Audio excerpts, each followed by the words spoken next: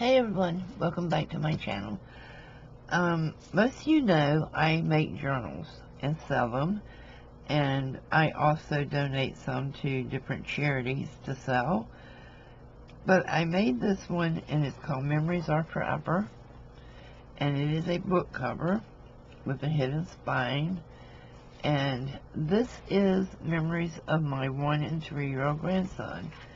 And what I've done is I used a stationery pack and some copy dyed papers, and I just go through it writing down different little milestones and different little things that have happened here, you know, while they're with me, and different little cute things they say and do. It's the same all the way through. I put these envelopes in here to put little things like pictures or tickets when we take them somewhere. But I wanted to share with you something that's happened recently. Everyone is asking about Pete. Pete's my husband, and he has Pete and Kat's RB Life channel. It's not real active right now, but it will be coming up in the fall. He fell in the bathroom and hit his head on the bathtub. Our 3-year-old grandson is potty training, and he was in there with him. And he got a pretty good gash in his head. This 3-year-old child got off of the commode, not a stitch of pants on, came through the house, had the forethought to stop at my desk and pick up my cell phone, and come in here and was holding it up to me. And I'm going to read to you what I wrote. Nicholas is such a caring child. Grandpa fell in the bathroom while Nick was on the potty and hit his head. He was bleeding pretty bad. 3-year-old Nick came running through the house with no pants on.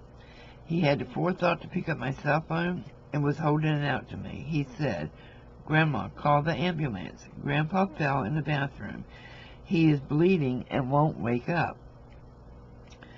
I called 911 while I was rushing to the bathroom, while Nick took charge of his 1-year-old brother. He was so grown acting. He said, "Anthony, stay out of the way." I had the phone on speaker so they could hear how incoherent my husband was.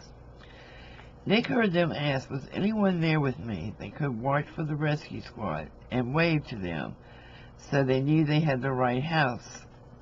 The subdivision we live in, somebody was on crack when they named the streets in here.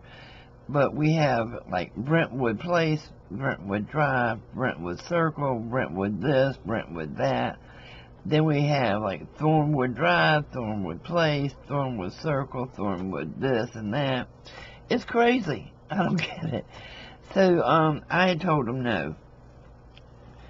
I said no. Nick took Anthony's hand and said, "Come on, Anthony," which is what he calls his brother. "We need to help Grandma take care of Grandpa." He opened the big door and stood there holding his brother's hand like a statue watching. Soon as he heard the trucks, he called and said, "I hear them, Grandma." I walked outside and waved and came right back in the bathroom. But Mr. Groan was in charge. Mr. Groan is another nickname I have for Nicholas. I could hear him asking them, "Are you here? Are you going to help my grandpa?" When they came in, I heard Nick say, "Right there, first door." He must have been pointing. Then I hear his little voice say, "Shut the door so my brother don't go outside." As excited as he was to see the firemen, he never lost his cool. Sadly, Grandpa refused to go to the hospital, so Nick lost a little bit of hero worship and wanted to know why they did not take him to the hospital. Why didn't they help my grandpa? I tried to explain to him. Grandma was driving him in the car, but he was adamant he needed to go in the ambulance. But he couldn't grasp it. He really wanted him to go in the ambulance. Now he doesn't want to watch them on video, so I hope that changes back in time. But I was so proud of this little 3-year-old boy that day, and totally, he calmed me immediately with his calm composure and how well he just took charge. He was a little professional. But if you have grandchildren that you get to spend a lot of time with, or even if you don't spend a lot of time with them, cherish the memories you do have. Write them down. I have a lot of, people on my Facebook page love my little Nicholasisms because a child is a riot. But he comes up with the most off-the-wall things. It's like, if Grandpa's picking at him or something, he'll say, Grandpa, you have to stop annoying me right now. And if Grandpa keeps doing it, he comes to Grandma and he says, Grandma, take care of him. He's annoying me. He is just something else. If I give him some lunch and he doesn't like it, he'll say, give it to Grandpa. He eats anything. He is something else. I am so proud of him. I just can't get over how well that child handled this and actually diffused the whole situation. I become a bundle of nerves in an emergency like this. And I think he saw that. I think he saw in me that, okay, Grandma needs me to stay calm so I can keep her calm. But I'll keep writing in this journal, and I'll keep filling it up. And, it'll go in the cedar chest. And when I pass away, they will have these books to look back at things that they did, places we went, times they helped me. Like with Nicholas, I have another insert in here where he was helping me with the dehydrator. And he was taking the fruit from the bowl and laying it out in lines on the tray. And it's also teaching him sequencing and, how to put things in the right place. But he was eating more than he was putting in, right out of the lemon juice. I still don't understand how that child did it and never puckered, because I was puckering watching him. But when he got full, he said, okay, I'm through now. I said, no, you're not. I said, we still have all these strawberries to do.